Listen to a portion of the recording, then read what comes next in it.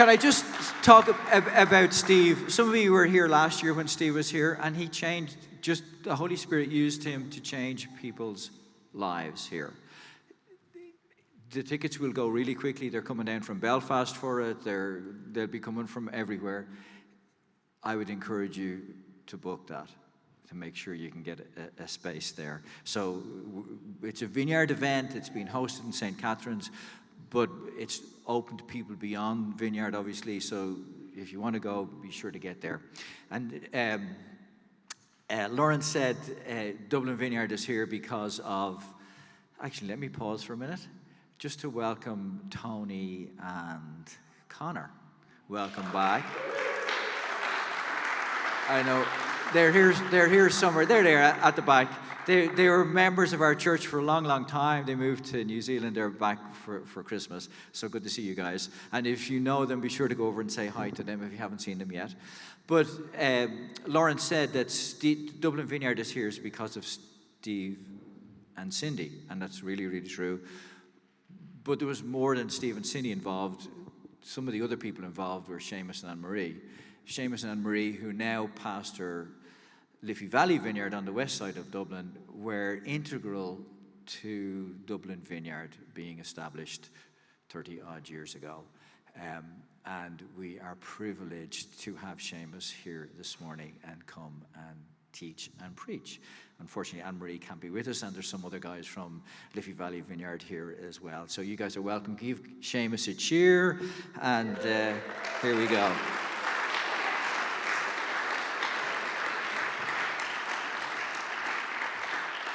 You'll notice, sadly, Seamus doesn't have a Dublin accent, but he's from another part of Ireland, but you might be able to understand him anyway. Thanks, bud. You're bleeding brilliant, you know that? Before I go up there, you might notice that the dress code, myself and Sean always wear the same clothes. That's only just to prove that we don't borrow each other's clothes. It's great to be here this morning. I have all my bits, and that's lovely. So, yes, I am Seamus. I used to come here a long time ago with myself and my wife Anne-Marie, and we headed off then to plant Liffey Valley Vineyard out in the southwest of Dublin, and we are still working away there and doing this stuff. Sean asked me to come this morning just to share some of my story of what's been happening with me in the last few years and part of my journey, so that's what I'm going to do. And the journey actually, I know we talk about COVID, but the journey actually started with a stop. When everything stopped, so did I. And I remember, because we, as pastors, we were head over heels. We were like, what are we going to do? But suddenly, we were stuck. And I had time to think, and I had time to say, okay, and I had time to review myself. And Andy Smith, who runs he's the leader of Vineyard Ireland, he basically said, he says, pastors and leaders, take this opportunity to just ask God, well, what do you want to do with me during this time? And I'd suggest to you that you ask yourself that question a lot of times. Say to God, well, what's the story? Like, you're a sovereign God. You're amazing. And so I came across I was reading at this time. Oh, it is actually going. Oh, say. I read in Luke, Jesus told this parable. He said a man had a fig tree growing in his vineyard, and he went to look for fruit, but he didn't find any. So he said to the man who took care of the vineyard, for 3 years now I've been coming to look for fruit on this fig tree and haven't found any. Cut it down. Why should it use up the soil?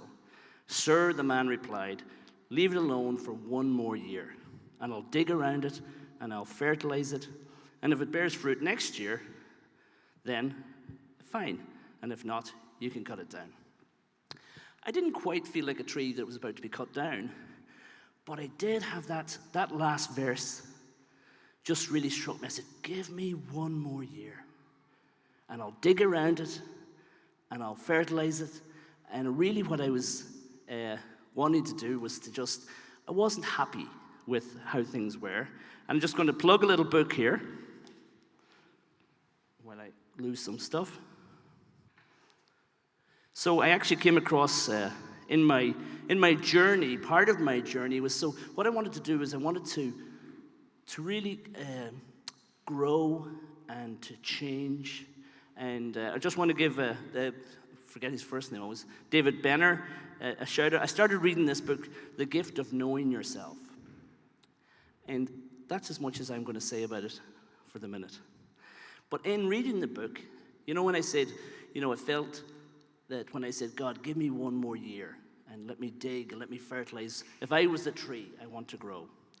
There was definitely in me, there was the desire for more. I just thought, I just want more. And then reviewing and looking back now, there was a lack of kind of harmony or balance between what I thought was going on in here, what was going on in here, what I wanted, and what my heart wanted, and then what I was doing. So when I looked at my life. I know leading a church, turning up every Sunday, leading small groups, doing Alpha, seeing people come to Jesus, but still, there was something just not quite. The engine was firing on 3 cylinders, and one of them wasn't quite so smooth. And I kind of also, just in my relationship with God, I kind of started to notice there was something missing, something of a personal kind of reality about it. A little bit like, don't want to say like I'm talking to an answering machine, but something there. Like, for example, I would start my prayer time or my worship time without even saying hello. I was like, oh God, you're so good, you're so good. I can imagine if I did this to Anne-Marie. Anne-Marie, you're wonderful, I think you're brilliant, you're amazing, I love the way you cook, I think you do is great, without saying hello. So it's that kind of, just learning to actually go, hey, Father, good morning. Also, I have 2 jobs, leading the church with Anne-Marie, and then I'm an engineer in a busy company. And I just noticed that my everyday busy life and my interaction with Jesus were a little bit compartmentalized, a little bit broken up. And what that would look like would be I'd work, then I always at lunchtime I'd take time to read the Bible, to go pray, and then I'd go back to work. And then maybe in the evening we'd have a small group or whatever, and I would do that, and then it would be time for rest. And looking at it, I was kind of unhappy with parts of my life, and I had this sense that God felt the same way. He was also unhappy, I thought.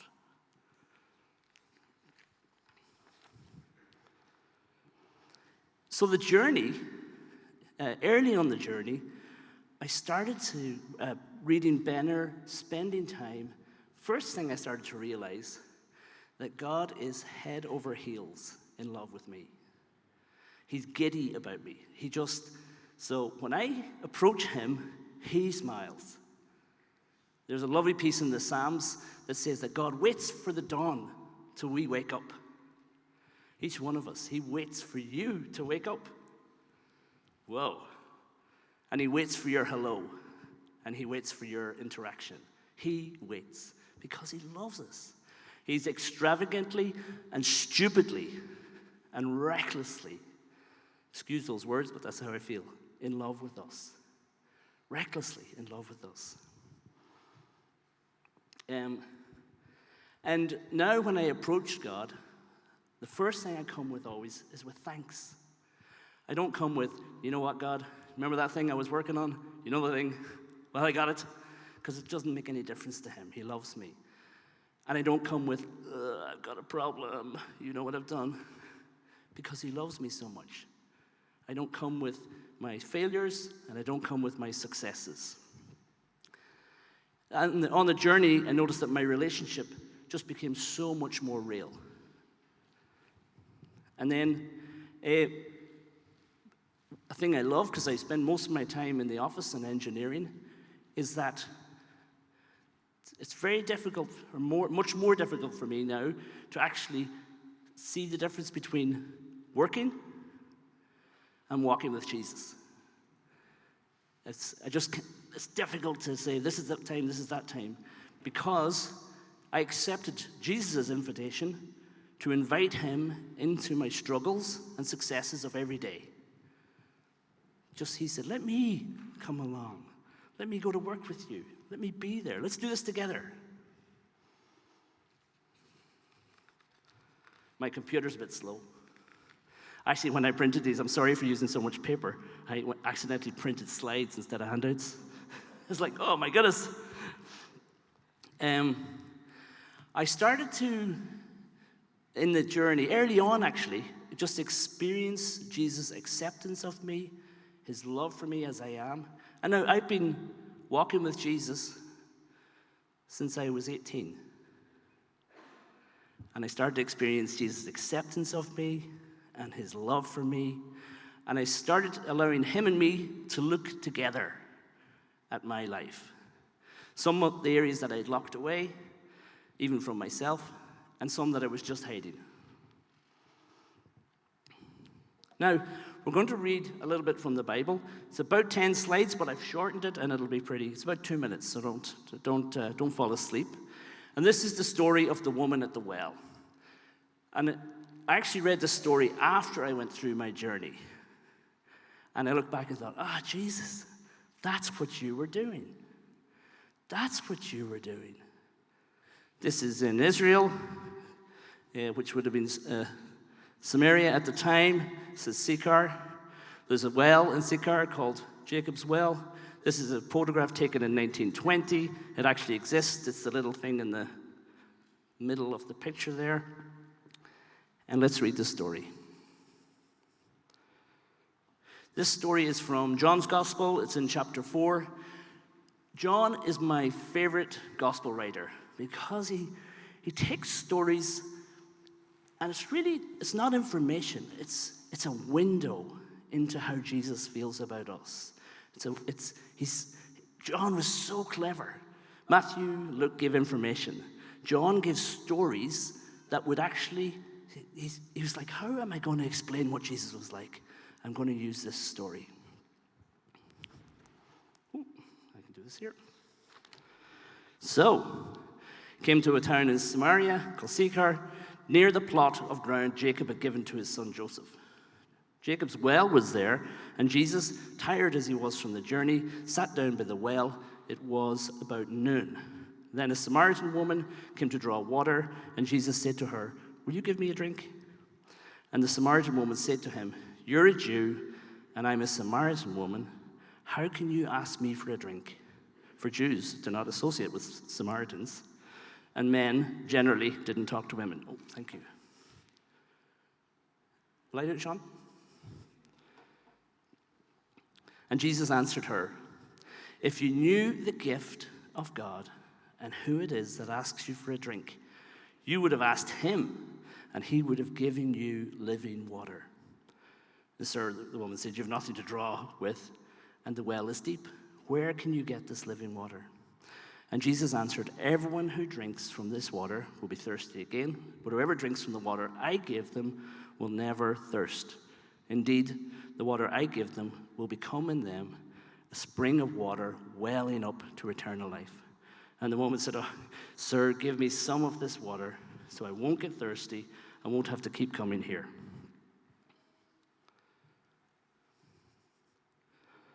Then there's a bit of a twist.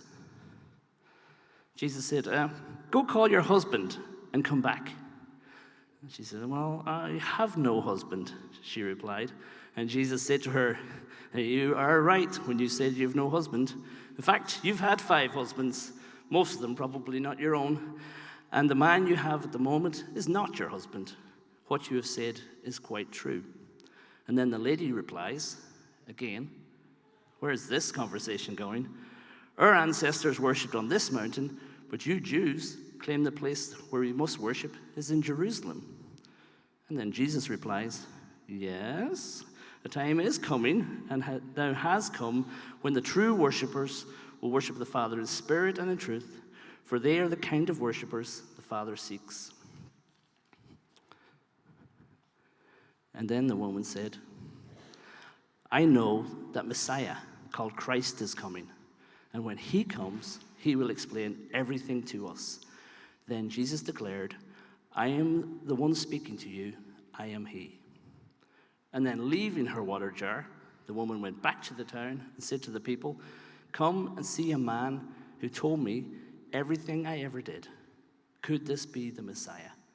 They came out of the town and made their way towards him.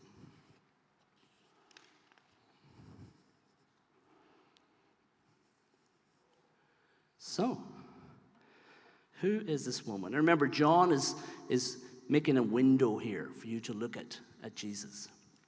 The woman, she's had 5 husbands, and the guy she's with at the moment, is not her husband. She comes from a small village.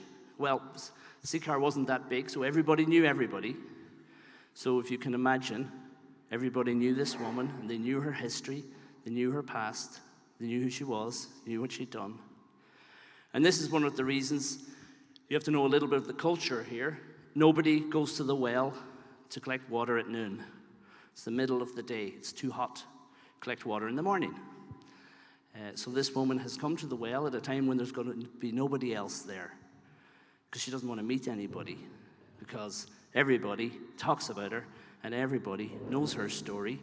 And I'm sure she's had some things said to her, and she'd have had some wives calling on her saying, "Please stay away from my husband." And she goes to the well because she has to. She needs water, so she must go. But she goes at a time where nobody else will be there. And most likely this poor woman is just full of shame and basically has structured her life in a way that she can survive because of what she's done.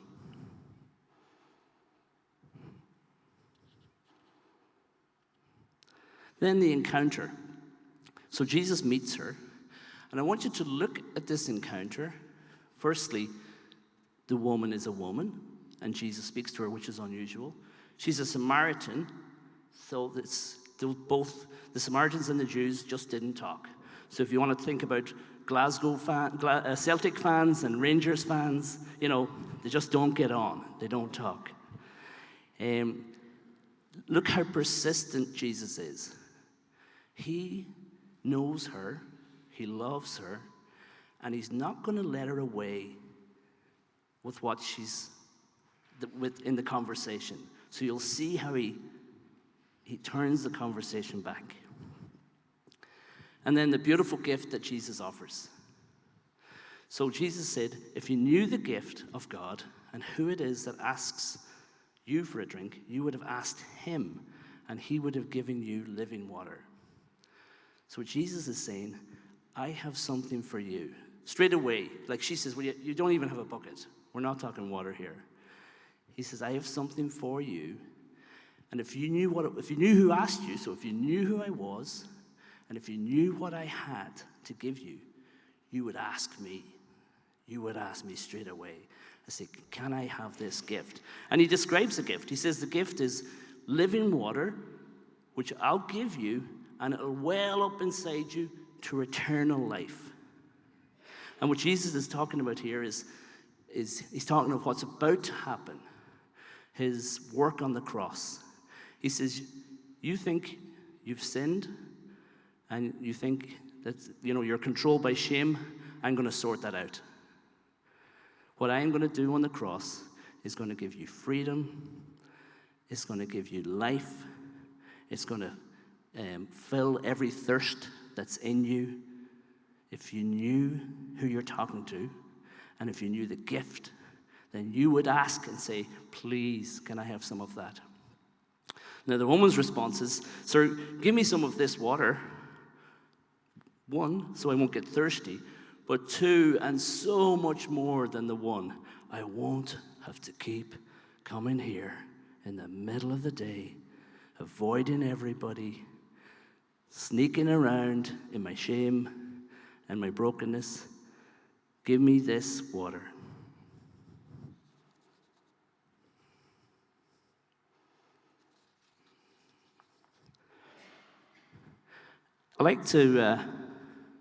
I love the question. Go get your husband. And it actually happens, I took one or two verses out, but actually all the bones of the story are there. And I call this the freedom question. Go get your husband. And straight away, she says, I have no husband. And I can imagine, well, Jesus wasn't Irish, but he was. He'd be like, no, don't be trying that on me. You've had 5, and the fellow you're with now, he's not your husband either. So straight away, he basically says, I know you. Now, again, because we're reading back on this story, at that stage, normally, he would say, and so, get lost. And he would walk off.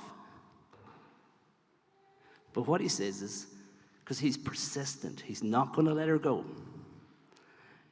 So basically said, you've had 5 husbands, but he stays with her. He stays in the encounter. He knows there's more to happen.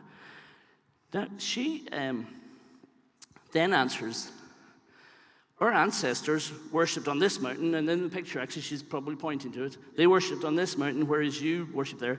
And Jesus, I love this as well. Jesus was God. So she's basically presenting him, as he encounters her, she's presenting back to him. She's saying, well, we worship anyway. We do worship. And Jesus saying, you know what? I don't care. Because there's a time coming. I don't care where you worship or how you worship. There's a time coming. Because remember, Jesus is God. Where you will worship me and the Father in truth. Not saying I have no husband. You'll worship me in truth, in spirit and in truth. And that truth will be between both of us. We'll worship in honesty, in vulnerability, in letting God know who we are. And he says, and that's the kind of worshipers the Father and me are looking for. People who will actually not have any masks, who don't have to sneak around in the middle of the day to get their water. People who are actually saying, Jesus, this is who I am. She actually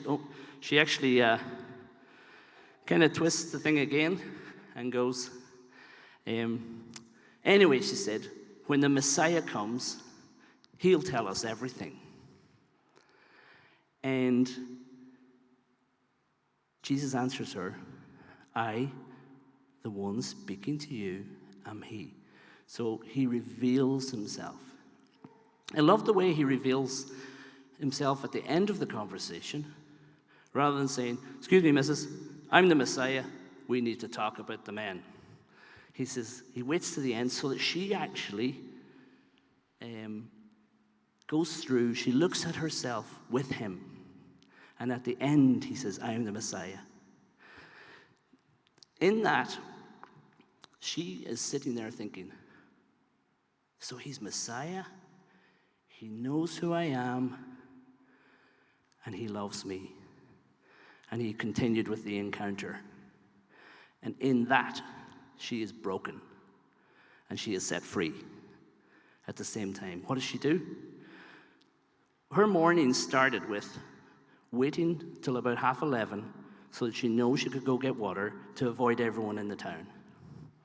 She gets the water, she's at the well, and let's just say an hour later at the most, she's running into the town. So the thing that held her captive, the thing that took away her freedom to be with the other women and to act normal, had been broken. So much so, leaving her water jar, the woman went back to town and said to the people, come and see a man who told me everything I ever did. Could this be the Messiah? Amazing.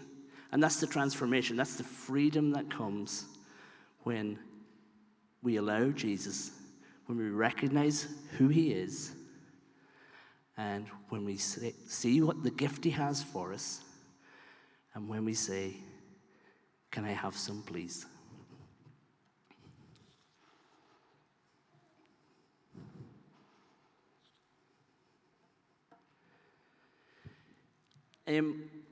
I've written this bit out because I like it. I've said, we're often in ourselves, we're so concerned and caught up with the self we want to be and the self we want others to see and the self that we want Jesus to see.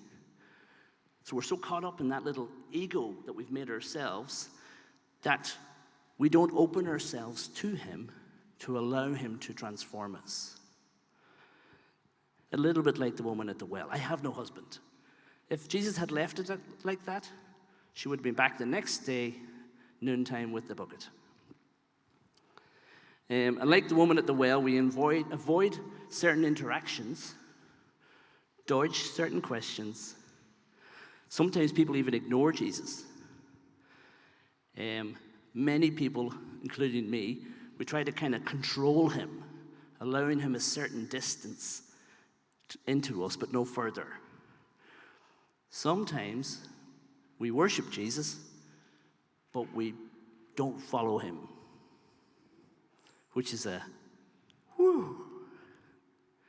And that's why I like in that story where the woman starts talking about worship. He says, yeah, sure, great, you worship. I want your heart, and I want you to be free.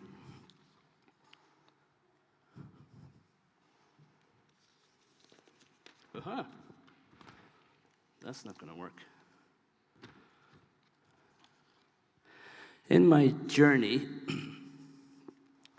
I actually got to a stage where I started to just really enjoy, I started saying, this whole idea of Jesus coming to eat with us, that he would come, and I love it. The picture that Jesus paints, like he says, I want to come and eat with you. And that's, like Jesus' invitation to Zacchaeus. Hey, Zacchaeus, I have an invitation for you. What is it? I'm coming to eat at your house today. Like, okay, I'll have to hide a lot of stuff. No, you don't. I'm coming to your house. And I had this picture of just eating with Jesus and just sitting and enjoying the interaction of a meal. Can you imagine, when Jesus said, let him who has ears to hear, I will come and eat with him. I will come and eat with her. It's not just Jesus sitting there and us eating in front of him, or us just sitting there and him eating in front of us. But it's actually, he wants to have that fellowship with us. I had this sense of, kind of a picture of sitting at a meal. And I'm there with Jesus, and it's lovely. And there's some doors around us. And some kind of noises coming from behind the doors. So we're sitting, eating, it was lovely. And in Revelations, there's a verse that says, I stand at the door and knock. If anyone hears my voice and opens the door, I will come in and eat with that person, and they with me. And my slides are all over the place. Got it. Sorry. This is going good. Bear with me.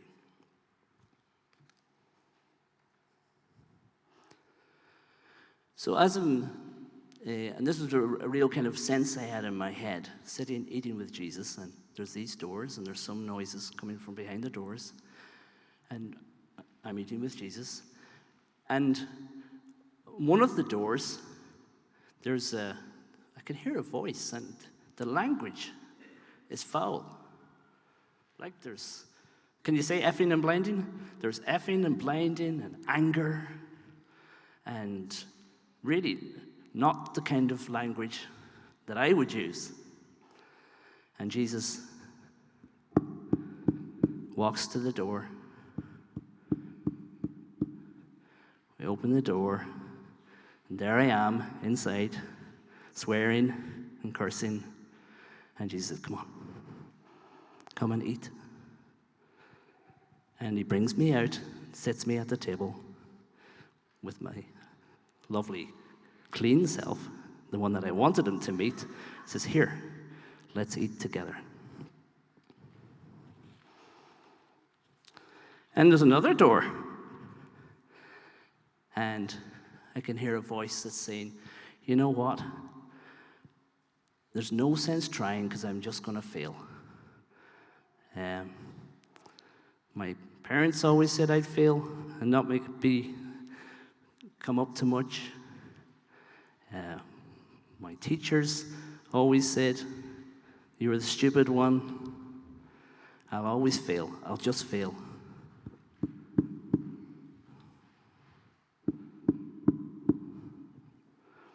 And Jesus walks to the door and opens it. And it's me. And he says, come on, come out, come and sit. There's 2 of you here already. There's plenty of room for more. And I sit down and sit at the table, and one guy beside me don't like his language, and the other, I'm just telling him how I'm never actually going to be much of a success anyway. And that explains something. As we sit there, Jesus starts to transform me at the meal.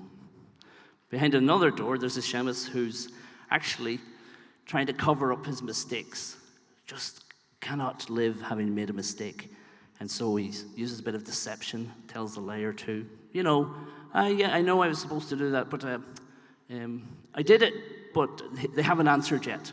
I'm still waiting for them to call back. And just being deceptive.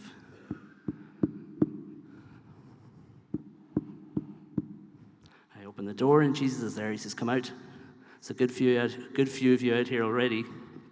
Come and join the meal. And still lying and being deceptive, listen to the guy with the language, I come and join the meal. And Jesus says, even while you do this, I love you. Even while you're effing and blinding, I love you. Even while you're dealing with your weaknesses, I love you.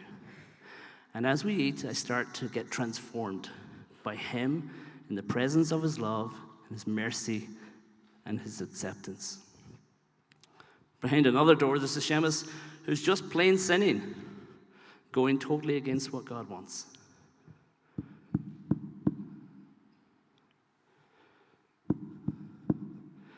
I open the door, Jesus there says, come out, come out. And even when I'm still doing whatever I'm doing, he says, come and eat, I love you. There's a few more of you out here already, it's getting crowded. And as we eat, I start to get transformed in the presence of his love, in his mercy, and his acceptance. When Sean asked me to do this was my plan, just to share this with you, to encourage you. Take time. Open doors. Jesus said, I stand at the door and knock. Now, I know some of you in Dublin Vineyard will have done the Gospel of Wholeness, and you've been down this journey, some of it, but I'd encourage you to just allow Jesus into those parts of your life. Open the doors, and he stands and knocks. So in the scenario of all of us eating with Jesus, we'll all have our own closed doors where Jesus knocks. Some of you will have just a you filled with anxiety that you don't want anyone to see, how afraid you are, and how scared you are, and how worried you are. But Jesus says, I know that part of you, and I love you.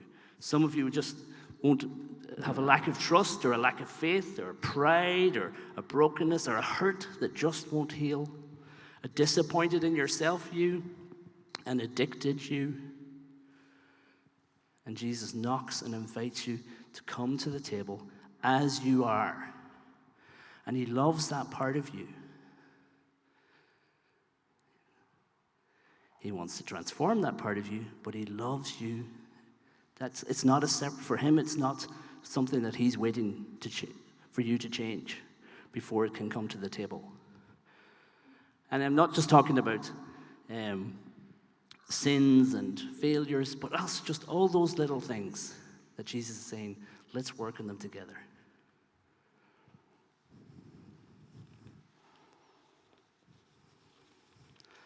And if you'd asked me at the start of my journey, do you need to do anything? I'd be saying, nah, I'm okay. And this is from Revelations. And actually, this verse in Revelations actually is very like the verse of the woman the story of the woman at the well. Because Jesus sees us as we really are. Jesus said, you say I am rich and I've acquired wealth and I do not need a thing. Spiritual wealth, maybe financial wealth, comfort, whatever. But you do not realize that you're wretched and pitiful and poor and blind and naked.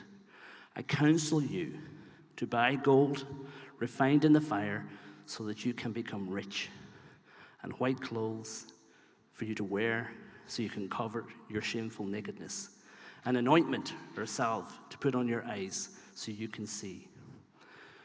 To those whom I love, I rebuke and discipline, so be earnest and repent. I always think this is angry Jesus, cross Jesus. This is Jesus head over heels in love with us, Jesus. This is Jesus who can only smile when he thinks of it. And he's saying, you don't realize you're blind and pitiful. And please, if you knew who asks and the gift I have, you would buy from me gold. We would trade. And I would give you gold refined in the fire and through the cross so that you could become rich. And white clothes to wear so you wouldn't have shame. And ointment for your eyes so you could see. And this gold would well up inside you to freedom and to no thirst anymore and to everlasting life. If the musicians want to jump into their places, that does happen, doesn't it? Here I am. I stand at the door and knock. If anyone hears my voice and opens the door, I will come in and eat with that person, and they with me. So just as how long does it take them to get up? 30 seconds? Just as you want to stand, please.